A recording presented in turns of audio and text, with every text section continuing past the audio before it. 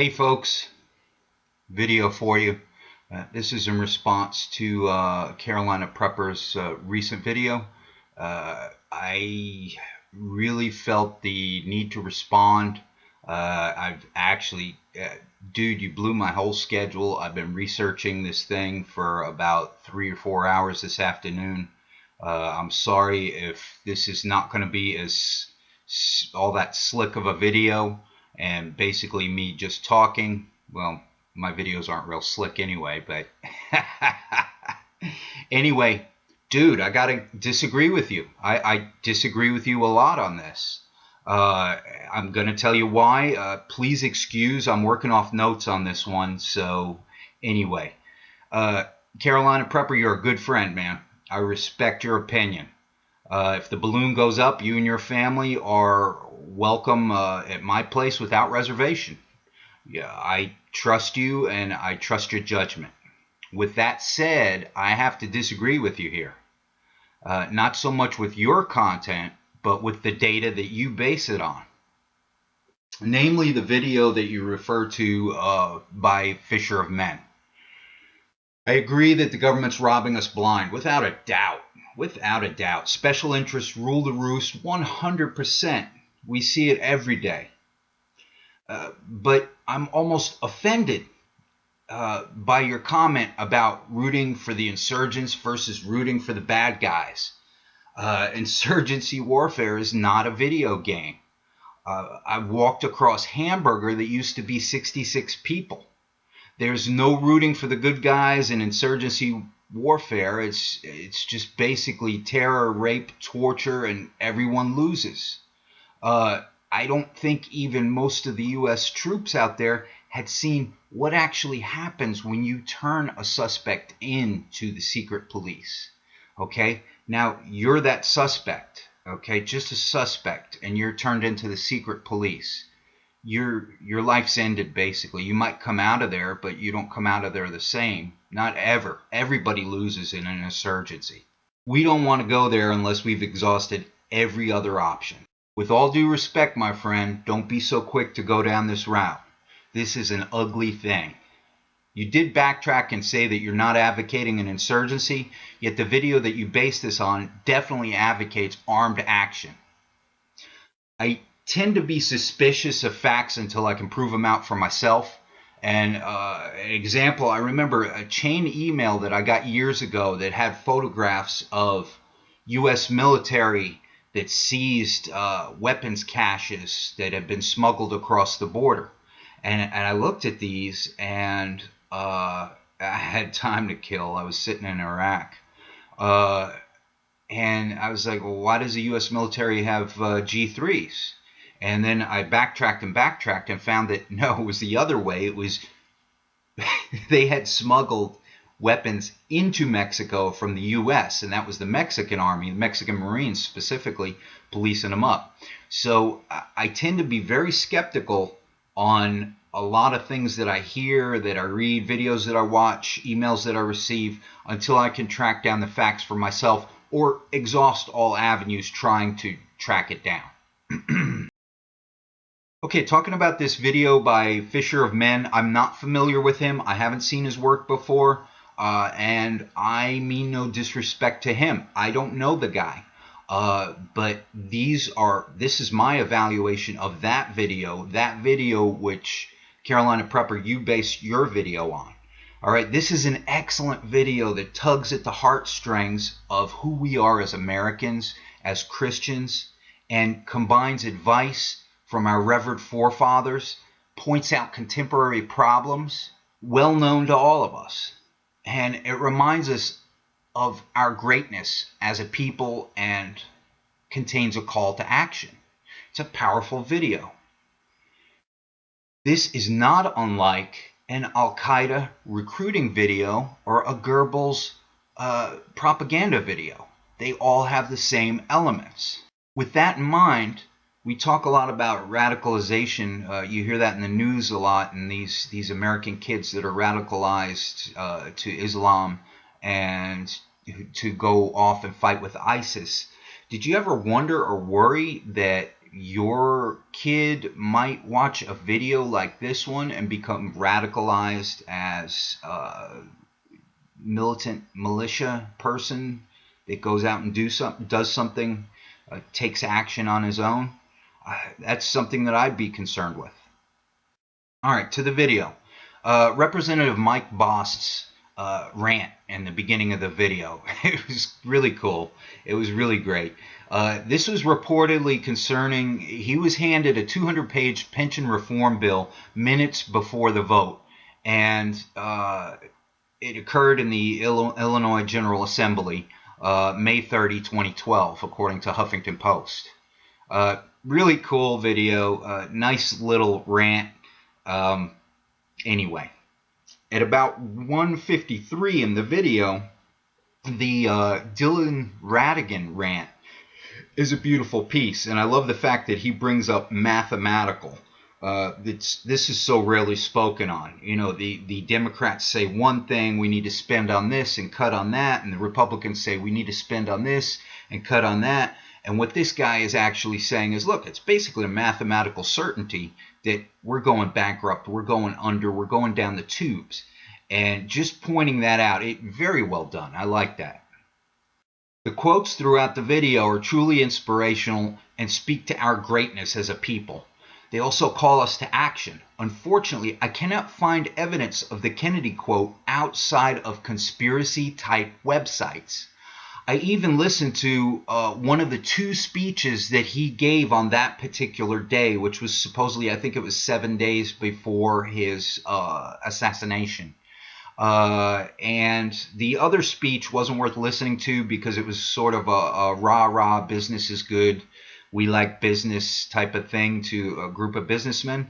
But this particular one was to the Catholic Youth Organization, and was basically speaking about the evils of worldwide communism at the time. So I could find nothing remotely like this quote in that speech. I could find nothing remotely like the Kennedy quote anywhere online at all. Okay, at 4:33 in the video, they talk about he talks about JFK's Executive Order 11110, which dealt with limiting who could issue silver certificates and was actually designed to limit the amount of silver certificates issued. All right, I went on and researched it.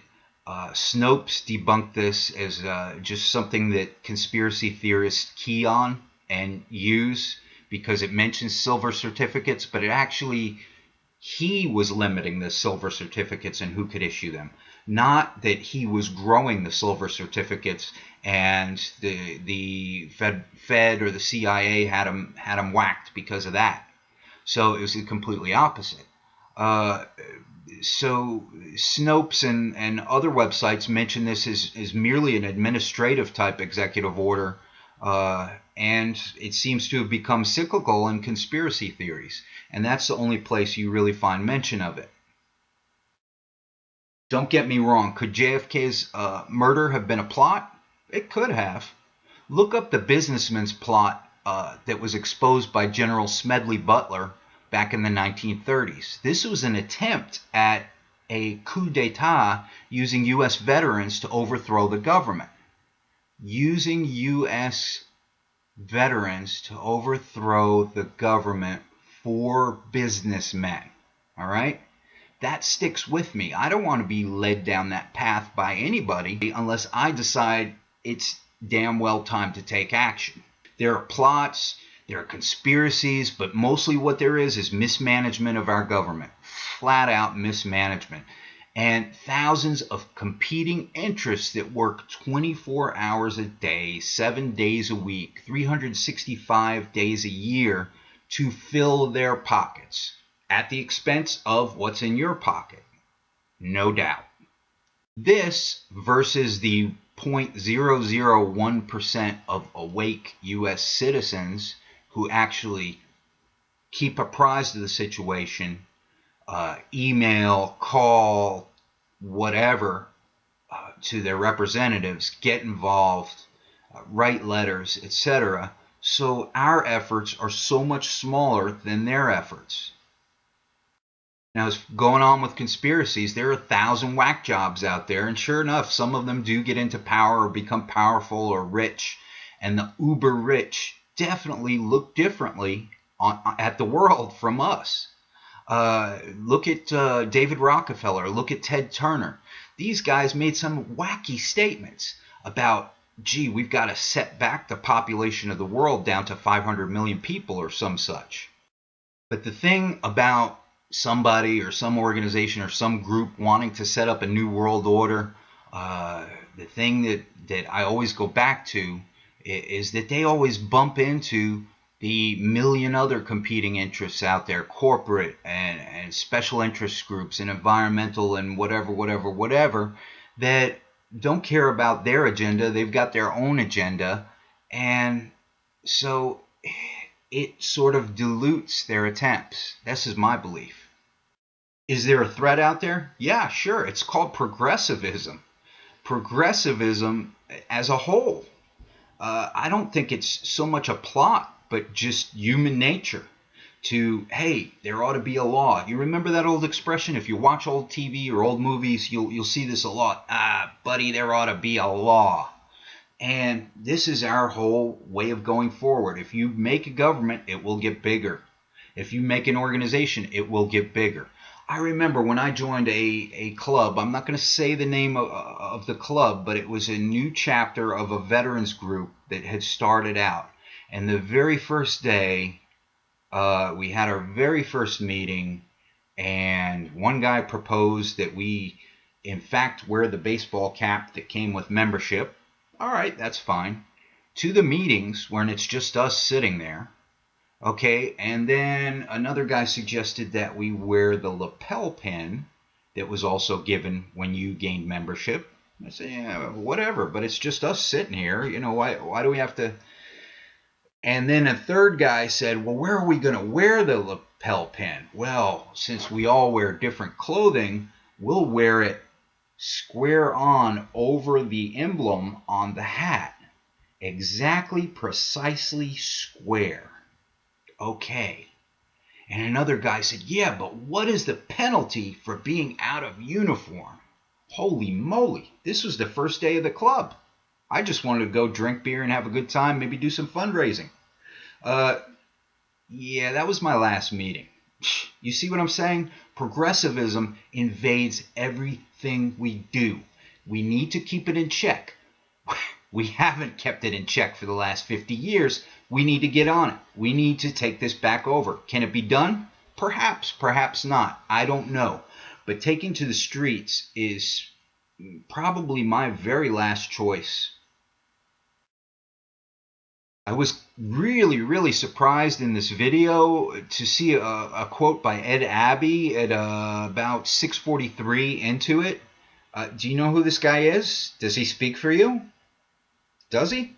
All right, Ed Abbey is like this environmental anarchist who's been called the father of modern eco-terrorists. Really? How'd he get in there? He had some good quotes, some really powerful quotes that I've read, but really? He's in there with Jefferson? I don't know. At 6:52, Fisherman states that if I disagree with what I've read so far, then I'm a traitor to America. I'm a useless citizen, good for nothing, leave his country and stop trying to take his freedom. Wait, what? There's no room for disagreement or different interpretation in his America? Wait a minute, this sounds like a college campus with progressive politics. I don't know this man or his works other than this one, but America is his way or the highway? I must protest. I disagree with the way things are going, and there may come a time when government becomes tyrannical to the point that armed opposition is necessary, but I would prefer to continue to wake people up, get them active, get them self-sufficient. Who knows? Perhaps my way isn't the solution, but I would not tell him to leave the country if he disagreed with me. What's that all about? This gentleman goes on to say at 8:34 in the video that he can see Christians labeled as terrorists by the Satanists who hijacked our nation. Even though I think the president is an idiot, I can't quite see him dancing around a pentagram in the Oval Office. Radio personality and author Dennis Prager has said that progressivism is the fastest growing religion on earth. I definitely can agree with that. I see what he's saying with that. I understand what fisher of men means and agree that Christians are being put upon and discriminated against by the government. I have seen where federal agencies have described evangelicals as potential domestic terrorists. Catholic organizations are being branded as outlaw due to non-compliance to Obamacare, and bakery owners are sued. But this does not come from Satanism. This comes from progressivism. This is an overall attempt by misguided progressives to make everything more fair to every fruit and nut out there, at the expense of who they see as the man. This is predominantly white, Christian, patriarchal society, the majority of the country. It's stupid progressivism. It's not Satan. It's wrong, and we need to fight it. This is a nation with freedom of religion, not an absence of religion, and it needs to be addressed. Judge Napolitano's speech on Fox that was featured in this Fisher of Men video is just totally awesome and is an excellent standalone video. I have nothing to say against that. After that, at 13:25 in the video, there's an advertisement for American Republic Militia Service, which tells me to arm up, America, kill any cops or government agents who try to disarm you. What? So right now, you want me to cowboy up and take to the streets and just start shooting cops? Yeah, okay, I'm on the way. Just wait for me on the corner. Right? What the hell? Do you remember Timothy McVeigh? Was he a patriot? He got led down the garden path by someone's propaganda and killed 168 Americans in Oklahoma City. Americans who were at work, children in a daycare. He killed them with a bomb. I do not want to bear arms against my fellow Americans. If there comes a time, and there's no other choice, so be it. I will stand up to tyranny, but not because I was led there by the nose. At 13:46 in the video, there's a quote. The beauty of the Second Amendment is that it will not be needed until they try to take it. And this was attributed to Jefferson. Okay, wait a minute. Does this sound like anything Jefferson or the Founding Fathers would say? That's not even their speech pattern. Hey, the beauty of the Second Amendment is that it won't be needed until they try and take it. Okay? I didn't think so. I didn't think this was attributable. And neither did Snopes. Snopes couldn't find any evidence. Monticello, the organization that runs Monticello, I'm sorry, the Jefferson Home and Library, can't find any evidence and found it in print only as far back as 2007. I'll put the link below to the Monticello website, or Monticello, I don't know. Okay, after that, they show this clip, which I believe is from the trailer for the movie Gray State, which is really looks like it's going to be an awesome movie if they ever get it off the ground. They've been trying for years now. They've been trying to do it with just crowdfunding or whatever, and they just haven't gotten it out there yet. But it looks like a really cool movie. I really want to see it. It'll really wake a lot of people up. But this trailer looks like it's from Gray State.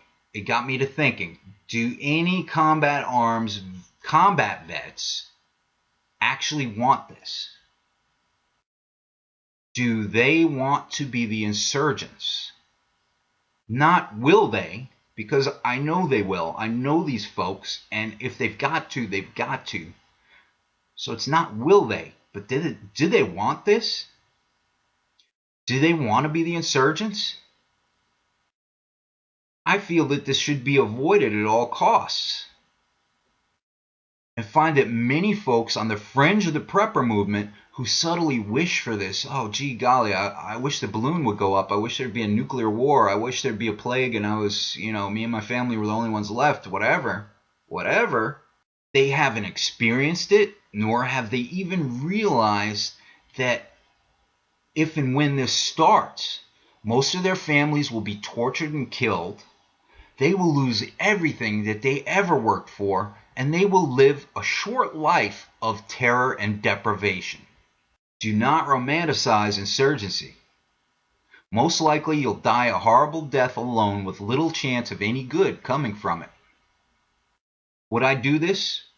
Sure, to save liberty, on my terms, mobilized by me, based on my research and interpretation of the situation, not radicalized by a slick video. I got a book for you to check out that actually speaks to this. The title of the book is Why Civil Resistance Works, The Strategic Logic of Nonviolent Conflict by Erica Chenoweth and Maria J. Stefan. This is available through Amazon. Here's a brief synopsis of the book. Drawing on a new data set from some 323 violent and nonviolent resistance campaigns from the year 1900 to the year 2006, Chenoweth and Stefan tracked the long-term increase in the number of nonviolent campaigns and compared their success rates with those that relied on armed violence. Their data shows that not only has the frequency of nonviolent campaigns increased since 1900, but so too has their success rate. One of the study's most remarkable findings was the success rate of nonviolent campaigns was more than double that of violent insurgencies. Double. Okay? So Gandhi versus Ho Chi Minh. Yes, I know Ho Chi Minh was successful. But Gandhi way versus Ho Chi Minh way. And since 1980, the overall success rate of nonviolent campaigns has increased still further, while that of violent insurgencies has declined. In the 1980s, for example, some 52% of nonviolent campaigns were successful, compared with less than 40% of violent campaigns. But between the year 2000 and the year 2006, the last year for which the study has data, nonviolent campaigns were successful in 70% of the cases. Violent campaigns in less than 15%. Will it work? I don't know. Do you know when the largest protests in history were?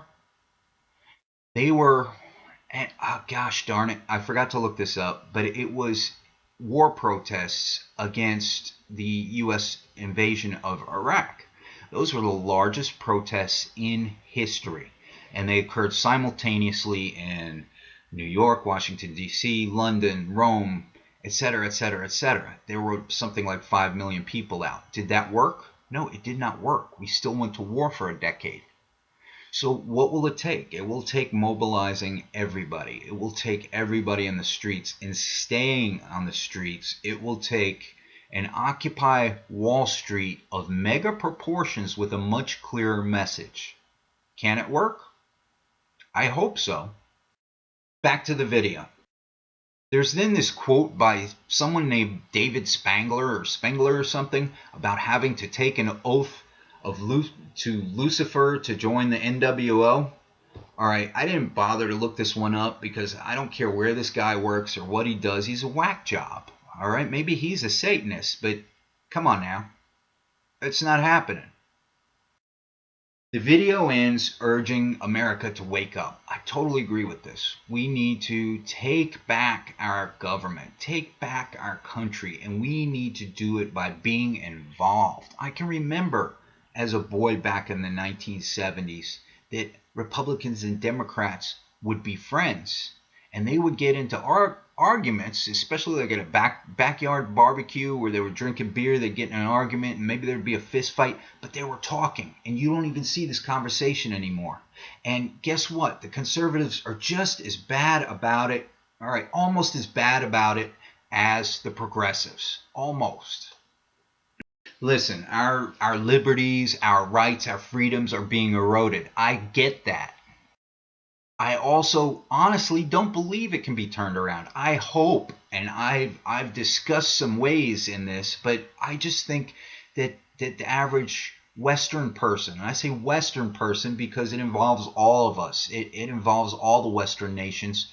The average Western person is just too lazy to care, and will be too lazy until they've lived under the heel of a tyrant for 10 years or so. But in the meantime, I'm trying. I'm trying to raise awareness, wake people up. I bother the heck out of my representatives, and I most importantly, as I remain informed. I work hard at it because it's hard to get pure information out there. We are manipulated daily by the government and liberal media. I get that too. But I'm not going to be manipulated by someone else just because the message is a little more to my liking. You're not going to radicalize me and send me out onto the street corner to shoot the nearest policeman, huh? Do your homework, research stuff, find out for yourself. It takes a lot of work, but it's important.